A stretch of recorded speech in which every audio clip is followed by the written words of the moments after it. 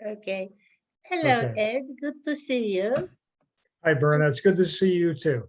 And hello, everyone else. Today we have a Zoom meeting with Dr. Edward Erickson about Gallipoli and about Mustafa Kemal Atatürk. He has written many books about Gallipoli and Atatürk and the Middle East, basically. He has a very impressive CV, spent his life writing many books, papers, etc. I'd like to quickly share his CV with everyone. And here we are. Here we are. I hope you can see this, everyone. Move this to this side. It's probably better. Okay. Professional summary. Dr. Edward Erickson is an independent historian and retired professor of military history from the Department of War Studies at the Marine Corps University. He is also a retired regular United States Army lieutenant colonel with multiple combat tours in the field of artillery and additional experience as a foreign area officer specializing in the Middle East. He is a recognized authority on the First World War, Middle East, Turkish military policy, has written around 15 books, many journals, articles, chapters.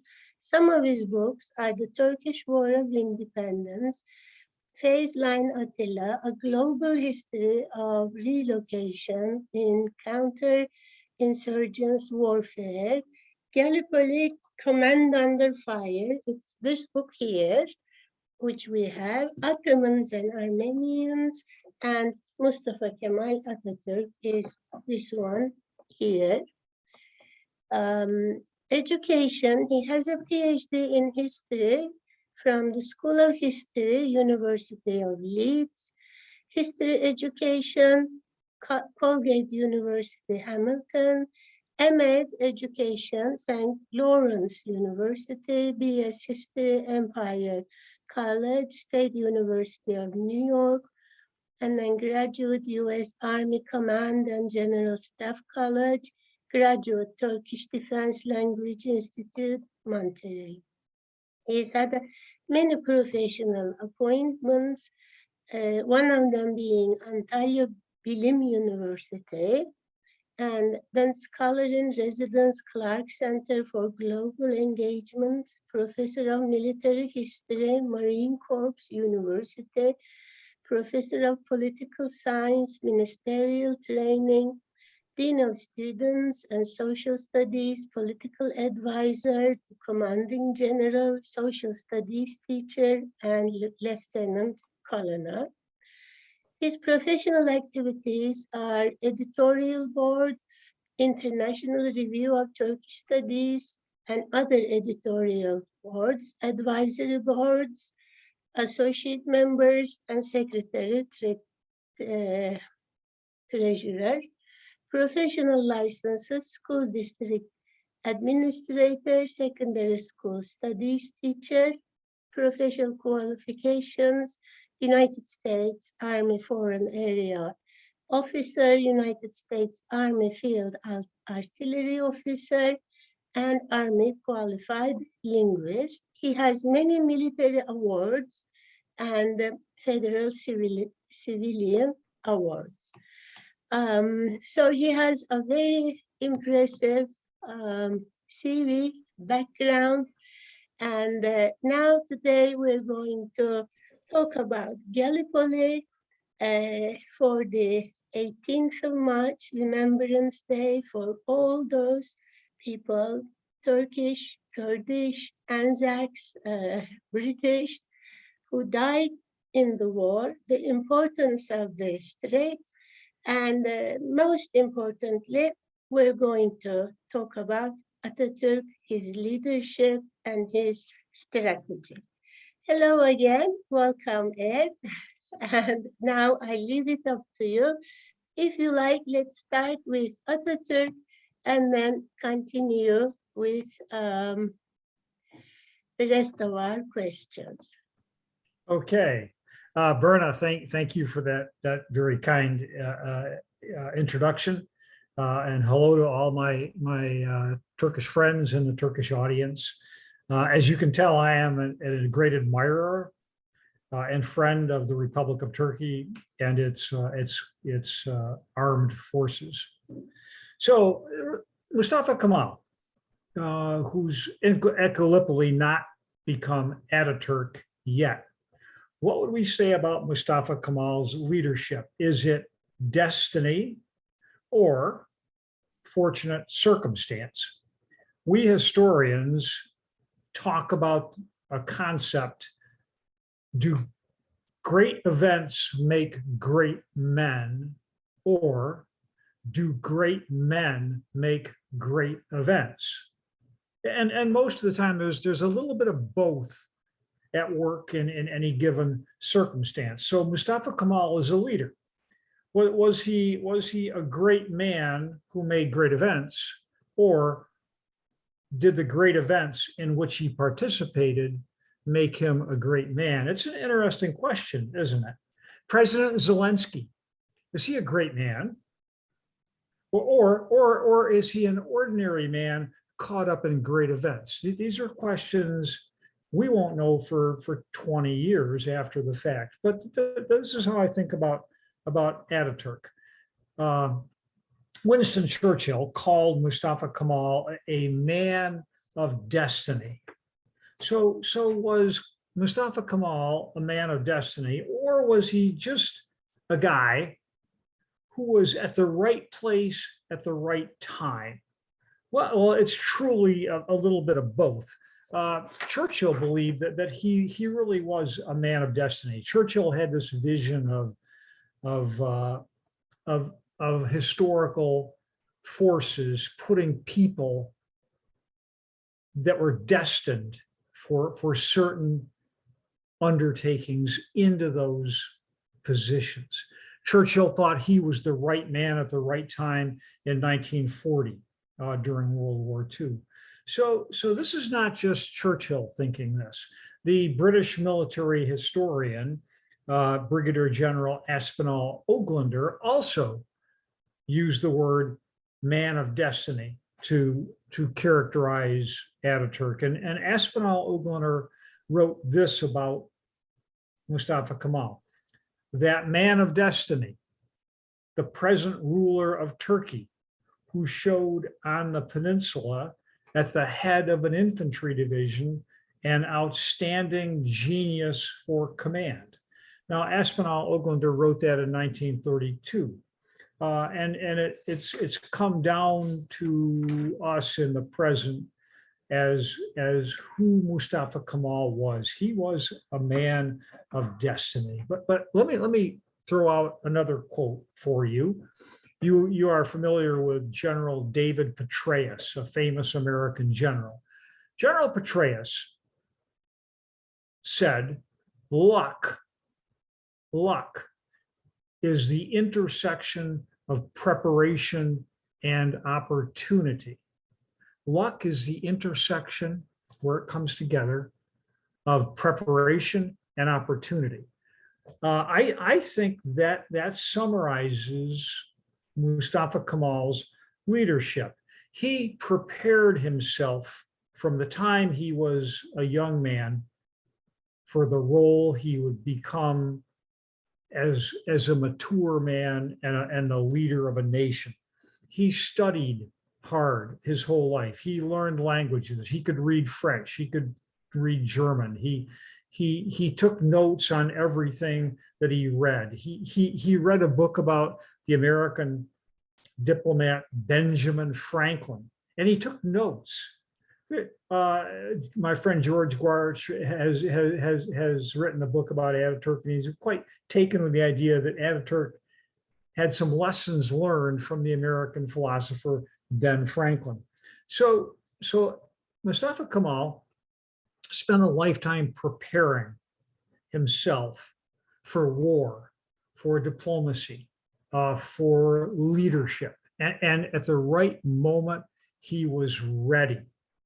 So what about opportunity? The unusual thing about Mustafa Kemal is that before World War I, in 1913 and early 1914, Mustafa Kemal had kind of a train wreck of political interference. Mustafa Kemal wanted to be on the inside of the Young Turk organization, and Enver was not enthralled with this. So he sent Mustafa Kemal to Sofia, Bulgaria, to be the attaché in Bulgaria. So when the war started, Mustafa Kemal is not commanding Ottoman army soldiers. He's in Bulgaria as an attaché, and he misses the opening of the war. So Mustafa Kemal is not in charge of Ottoman soldiers when the war starts. It isn't until early 1915, in February 1915, where they bring him back from Sofia, and they give him command of a brand new infantry division, the famous 19th Infantry Division. So that puts him on the Gallipoli Peninsula at the right time and the right place. So circumstance and opportunity, if Mustafa Kemal had been leading soldiers in 1914, he may have been in the Caucasus, he may have been in Palestine, he may have been somewhere else. But the political mistakes and the train wreck that occurred to him with Enver before the war led him to be marginalized or outside of the power structure. And until February 1915, when opportunity knocks on Mustafa Kemal's door, and he gets sent to the Gallipoli Peninsula. So right place at the right time. The preparation that Mustafa Kemal had undertaken both in study and in practical experience. He fought in Macedonia against guerrillas. He was a guerrilla himself in Libya, fighting the Italians. He had fought in the Balkan War on the Gallipoli Peninsula, of all things. So all of these things layered one on top of another to make him the ideal leader to lead the 19th Infantry Division at the time. So is this destiny, or is it something else? It is, as David Petraeus says, the intersection of preparation and opportunity. So that's where I would start my discussion of Mustafa Kemal's leadership. Shall we go into the questions? Yes, I'd like to add a few words about destiny, though. In leadership, when we teach leadership, and we talk about the personality of leaders or anybody, we talk about internal and external locus of control. Somebody who has internal locus of control will not believe in destiny and will believe he or she has succeeded or failed because of everything he has done, rather than putting the responsibility externally.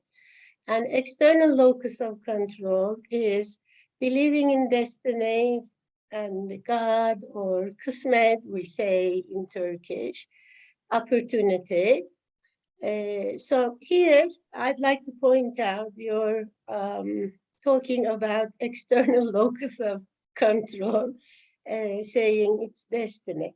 Now, for someone who has internal locus of control, it might be that wherever a person is and whatever the circumstances are, he will still succeed or fail because that is the makeup of the personality of that person.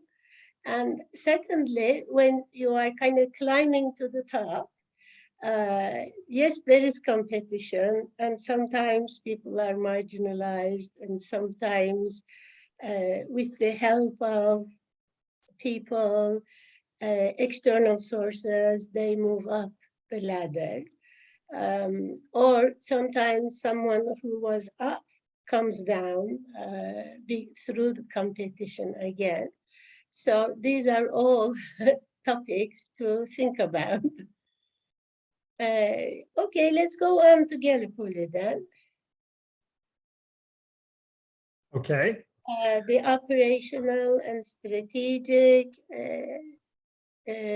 everything about the Gallipoli War, which is this book, Command Under Fire. A war where lots of young people died and are still buried at Gallipoli. As I say, of all nations, of many different nations, all the way from the other side of the world. New Zealand and Australia are so far from Turkey. And there were 17, 18, 20-year-old people, young people, who died and are still resting in Turkish soil. So let's talk about the war, this book in particular. Okay. Did you want to read me the questions that you sent me and then I'll respond, or do you want me The just to first talk? question I had here was operational. To what extent did command and control at the operational level of war affect the outcome of the Gallipoli campaign? Okay, so let me start with what is command and control. Command means it's all about the decisions that commanders make to attack, to defend, to not attack, to move. So command is all about how to make decisions.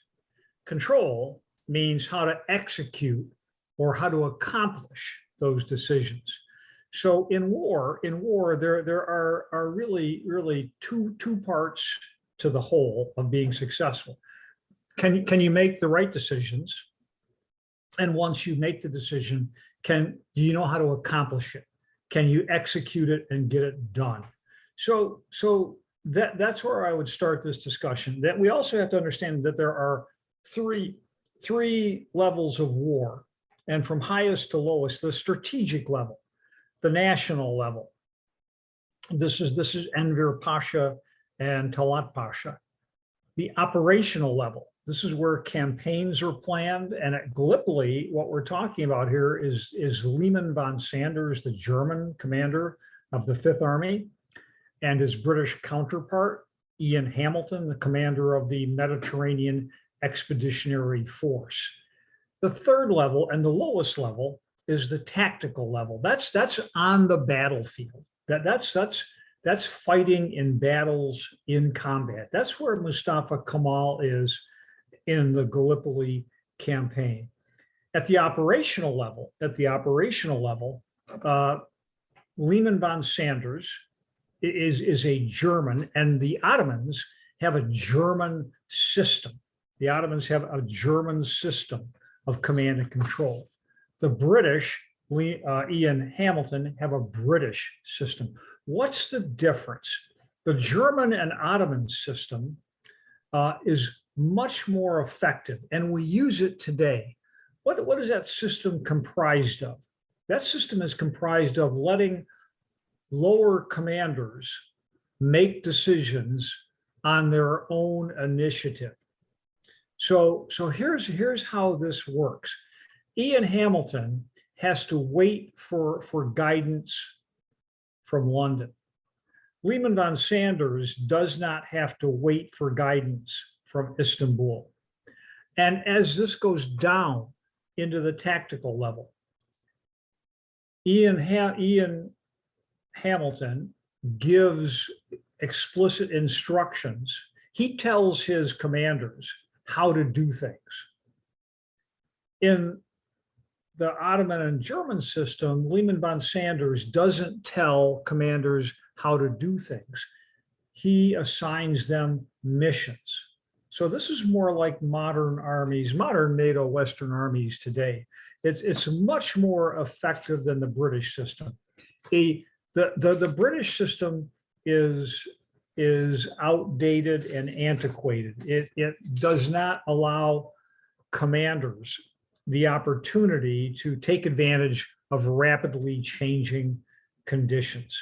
So at the end of this campaign, arguably, and the book that Berna has is all about my ideas on this, arguably, the Ottoman system is much more effective than the British system. And this gives the British the wrong lessons learned. They believe that their system works, but it doesn't work very well if German commanders are commanding Turks. So the British position in this is that they're fighting. This is the best possible circumstance for their enemy and the worst for the British. They're fighting German commanders who are commanding Turkish soldiers. So you have German commanders ordering and employing the best soldiers on the planet. So this is a false lesson learned. Back to let me just wind this up quickly with Berna's comments about internal and external circumstances. Mustafa Kemal, he has determination. He has the will to succeed. He's fired from his job in 1913 and sent to Bulgaria. In 1917 in Palestine, he takes command of the 7th Army, but he's fired. He's terminated. Enver Pasha terminates him, fires him, sends him back to Istanbul, where Mustafa Kemal sits for about 6 months. They were in competition, weren't they? Those two men were in competition. Yes, they were. Enver Pasha was always ahead of Mustafa Kemal. Enver Pasha was everybody's choice to be the leader. So Mustafa Kemal, there's an English phrase, an also ran. Mustafa Kemal was always the second or third guy of choice. The Ottoman Empire, the Ottoman Army moved Enver Pasha up fast into positions where he could take advantage of things. And Mustafa Kemal was always trying to catch up. Finally in 1918, they put him back in charge of the 7th Army, and he saves it in the Syrian withdrawal. In the War of Independence, if I said in December of 1918, if I said in early 1919, hey, look at the guy that's going to save Turkey, the guy that's going to save the Turks is Mustafa Kemal, people would laugh. It's not apparent, even when he lands at Samsun, when he takes the Bandırma steamer and he lands at Samsun on the Black Sea coast to start the War of Independence, to start mobilizing the Turkish nationalists. It's really not clear to anybody at that point that he's going to be able to succeed. But he in his head, as Berna said, he has this internal sense, this determination to succeed, and even when he's marginalized, even when he fails, even when circumstances look impossible to overcome, he keeps on going. He keeps on moving forward until he's successful. So this is a really remarkable. So you could say he has a lot of resilience, emotional resilience. Yes. Yeah, Go ahead. He's not pushed back by being marginalized or losing out in competition. The determination is, in a way, resilience. He doesn't give up. Yeah, he doesn't give up. He's resilient. He can take a hit. He can overcome adversity. It really, resilience is certainly a character trait I would associate with Mustafa Kemal. Okay, shall we go on to the second question? How did Gallipoli end? What was the how did the war go through so that it ended how it ended? Yeah, the ending of the campaign. It's important to remember. A campaign is a series of battles and objectives designed to achieve a strategic purpose. The British fight 3 campaigns in a row sequentially. They start in February of 1915, and the first campaign, a breakthrough of the Turkish Straits, ends on the 18th of March, 1915. It fails completely. So the first campaign the British wage fails. A month later, they invade on the 25th of April, 1915. And they invade with amphibious forces. They invade the peninsula. They land at S Beach and V Beach and Anzac Cove. So this is an amphibious campaign. And of course, it also fails. It fails quickly, but they keep on fighting. So they land on the 25th of April, May and June and July go through, and it's obvious to Ian Hamilton, the commander of the British forces, that they have failed. So in late July, the British start to plan a third campaign. The third campaign starts in early August, and it is called the August Breakthrough Campaign. Instead of pushing up the peninsula from Carinthia or Kurt, they will land more forces in Suvla Bay and try to outflank, try to break through the Ottoman position by outflanking them. This results in what the Turks know as the Battle of Anafarta. So coming back to the original question, what about the ending of this campaign? This is 3 campaigns, all of which fail decisively. The third campaign in December of 1915, the British start to withdraw.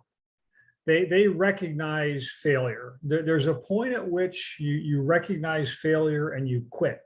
So that's really what the British finally do. They don't withdraw everybody until January of 1916. But at the end of 10 months, the British have been decisively defeated. You would think they learned something. You would think, okay, we were beaten decisively by the Ottoman army. Maybe we can understand those lessons learned and use them somewhere else, like Egypt and Palestine. But the interesting thing to me about the ending of this campaign is that all through 1916, the British learned nothing. They lose the war in Mesopotamia at Kut el Amara. The British army is surrounded and captured. Yeah. In Palestine, in the first battle of Gaza, the second battle of Gaza, the British are decisively defeated. They just don't learn from their mistakes. Why is that? Because there is an ethnocentric sense of English superiority. Ian Hamilton, in his memoirs before the Battle of Gallipoli, he wrote in his diary, "One British soldier is worth 10 Turks." And that thinking prevails. The British, even after 10 months of being decisively defeated at Gallipoli on the peninsula and in the water, they leave there thinking, well, we made some mistakes, but we're still better. We're still more effective than the Turks. And that's not true.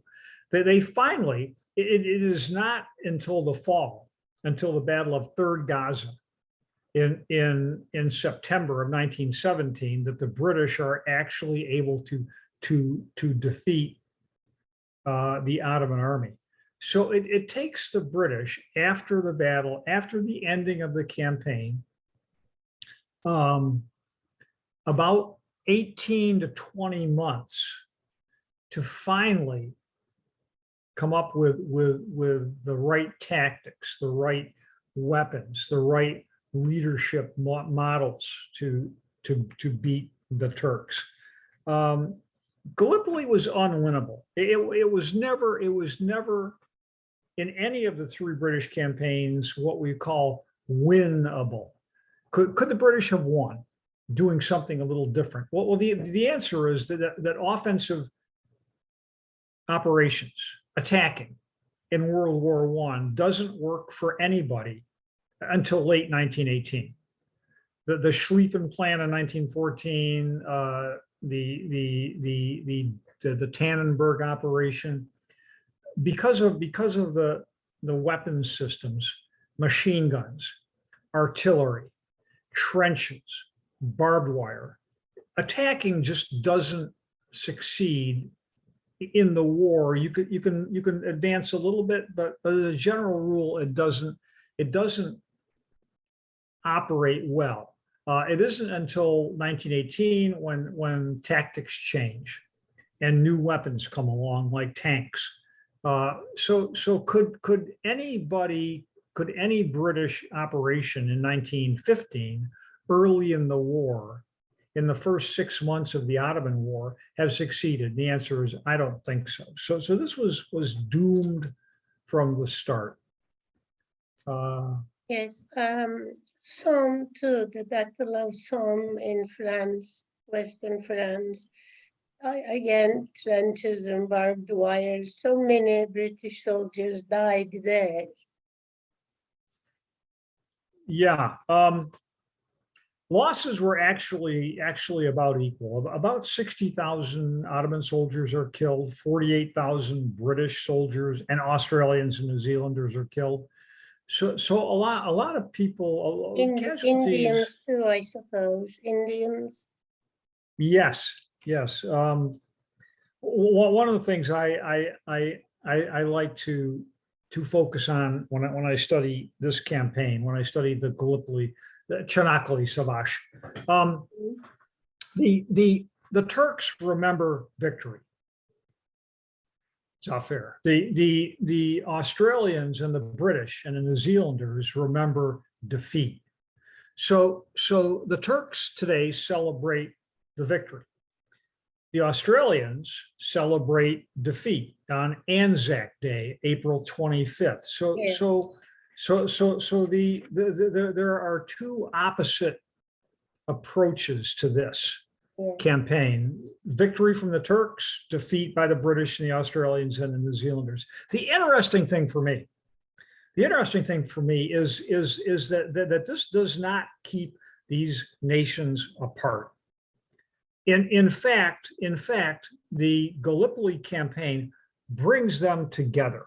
There has been remarkable reconciliation over this campaign. The Turks don't hate the Australians. The Australians don't hate the Turks. In fact, they enjoy very warm and friendly relations. So the Turks celebrate victory, the Australians celebrate defeat, but when they come together, they celebrate the fact that they reconcile. They celebrate the idea that brave soldiers Yes. die in combat, and we should remember their sacrifice. We should not remember the rightness or the wrongness of the cause for Or which who they won? fought. Not who won, but the young people who lay side by side. Yes, and they do. You know, the cemeteries are side by side. So we should remember the sacrifice and the valor, the heroism of the soldiers, and Right. not whether they had a good cause or a bad cause, not good or evil, but friendship. And that's a remarkable outcome Yes. of That was my any. next question, actually, which I had Ah, sent you. So you've you've gone into that, the social and human impact of the war. So please continue. yeah, the human social cultural impact of this war. It's right after the war, the British started to write histories and memoirs. You could buy Ian Hamilton's memoirs in 1920. You could pick up and buy the official history in 1932. So the British remember this quickly. They want it embedded in their social structure. Turkey. Turkey really doesn't have very many military histories about the war until really the last 20, 30 years. So there is a period in modern Turkish history where the trauma and the horror and the effect on ordinary Turks is removed from Turkish life. All through the 1920s, all through the 1930s, all through the 1940s, British veterans on the 25th of April get together and they have parades and they wear their medals. The Turks don't do this, and the reason is because when you take the Balkan Wars and World War I and the War of Independence, the number of casualties, the number of Turks killed, the destruction in Anatolia. I mean, from Eskişehir and Inanu all the way to Izmir. That whole area is rubble. It's destroyed. So the British don't go through this. There's a few bombs that fall on London, but at the end of World War I, Britain is not destroyed.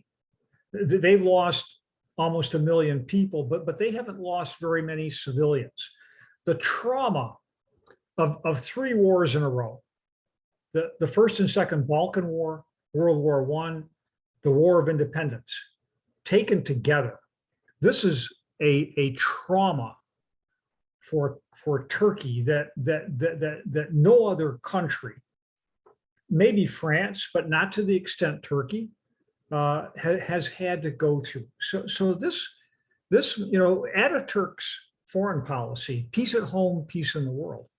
The last thing the Turks wanted to do in 1940, 1941 was to come into World War II. They knew nobody in Europe, except the Turks, quite knew what the consequences of war could be in their homeland. Germany in 1918 was not destroyed. England was not destroyed. Turkey in 1922, the whole western half of the country was a wreck.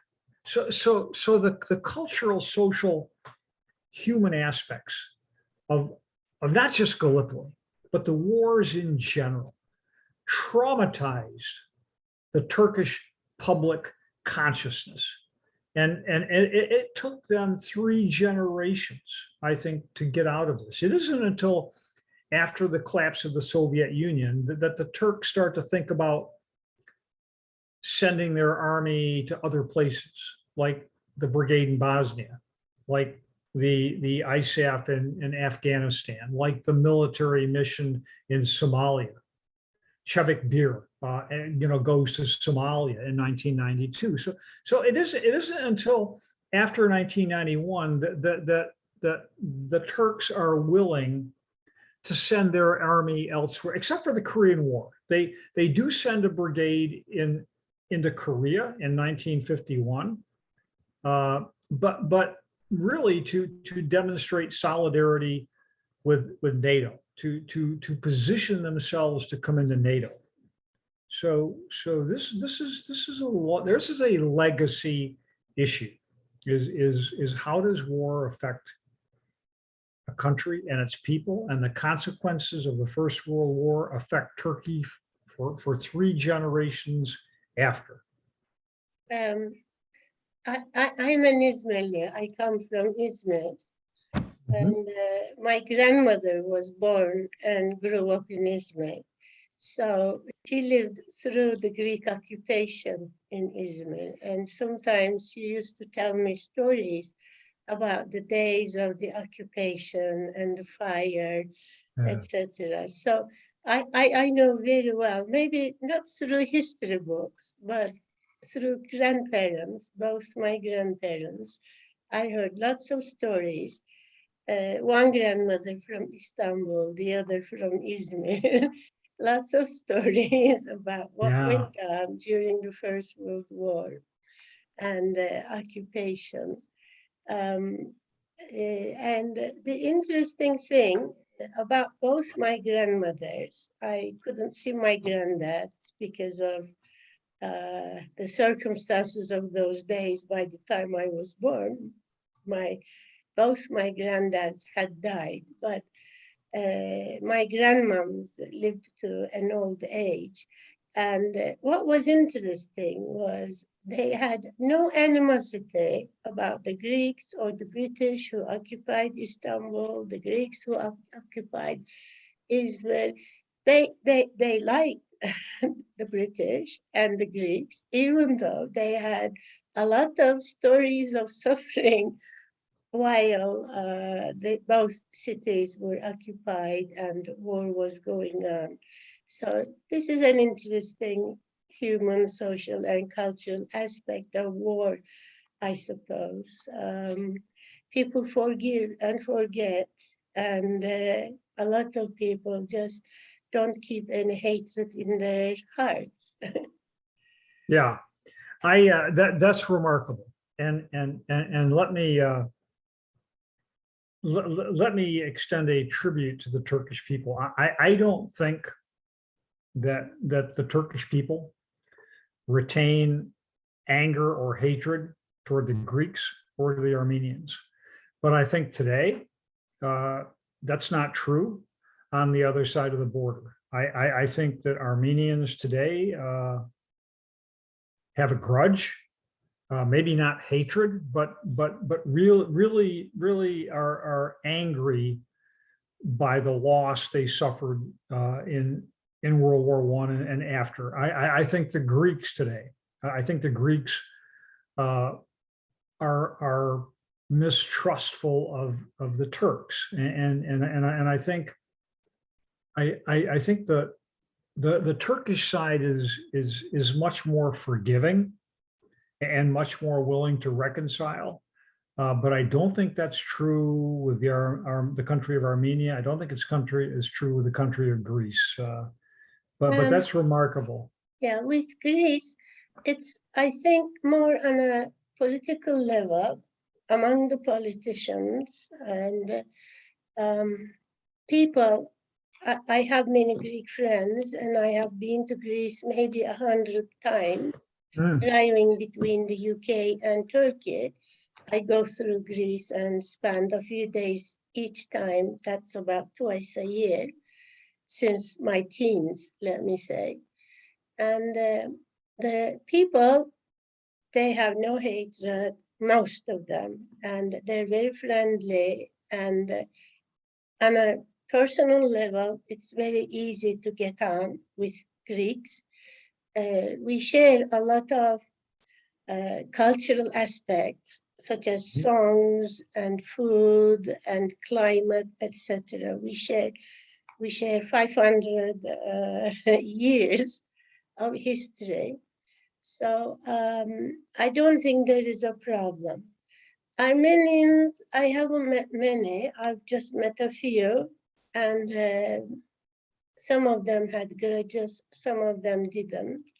But with Greek people, I don't see they hold grudges or hatred. It's just on a political line. I'm glad to hear you say that. Yeah, this is Yeah. my experience. And often I drive through Greece with a Turkish number plated car. And they're always, people are very proud to use a few Turkish words when I'm parking, like come, stop, left, right, sort of thing. Yeah. In Turkish, gel, gel, git, git, sağ, sol, sort of thing. They're very proud to use the few Turkish words they know. And the same with Turkish people. We're very happy to get on with Greeks. Kardeş, brothers. Yeah.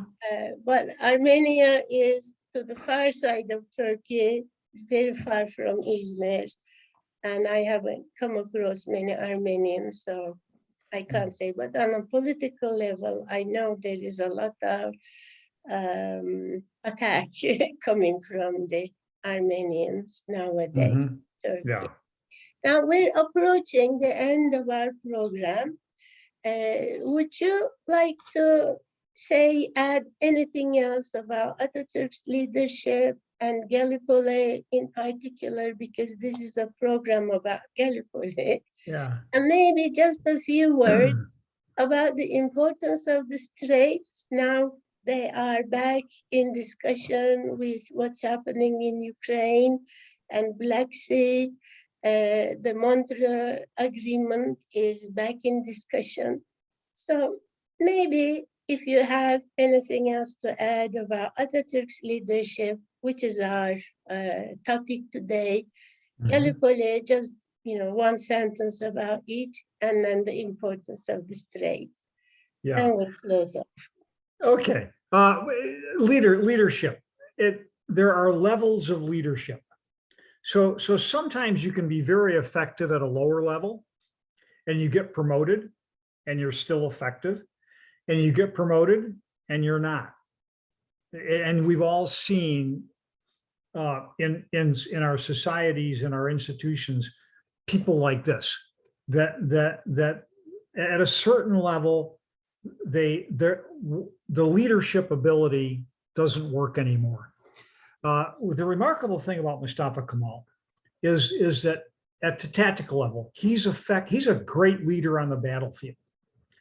When you move him up to command an army, like in Palestine or in the War of Independence, he's a very effective leader. And then you move up to national level as the father of Turkey, as the president of the Turkish Republic, transitioning Turkey from a agricultural, peasant, uneducated empire owned by the Ottomans to a modern country. He's also effective.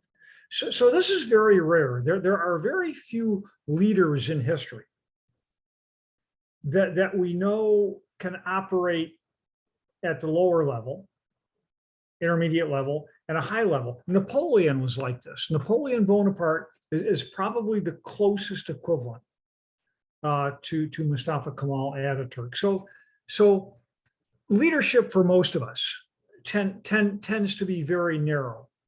I'm good at the lower level, but I'm terrible at the higher level. For example, he's a multi-dimensional leader. He can lead men on the battlefield. He can plan a campaign. He can come up with a vision to transform the educational system in Turkey and make it a modern country. So this is remarkable. His traits, I won't bore you with his traits because most of you know more about him than I do. He had determination. He had vision. He had presence and persona. He was a little prickly. He did irritate some people. You either liked him or you hated him. I think. I think he was that kind of a guy that you know, if you liked him or you didn't. But that's true of a lot of people. So let's fast forward now into the Ukraine and President Zelensky. Is Zelensky a great man, or are there great events occurring, and he happens to have the opportunity to become a great leader? And I think it's that situation. Zelensky was a comedian on TV. Yeah. He never ran any organization. I don't think he was ever in the military. He was never in politics, but he is catapulted. He is thrown into a situation that he's proving to be resilient. He's proving to have a vision. He's proving to have. Go ahead. We're approaching the end of our time. So Zelensky is not our topic, and I'm a lecturer of leadership. And we're not talking about political leaders here. We're talking about leadership in quotation marks. Mm-hmm. So let's leave Zelensky to a side. Okay. And just finish off with the importance of the Straits. Yeah. Because our topic is Gallipoli. Yeah, let me just conclude and summarize Mustafa Kemal Atatürk. He becomes the father of modern Turkey. The social structure, the educational structure, the legal structure.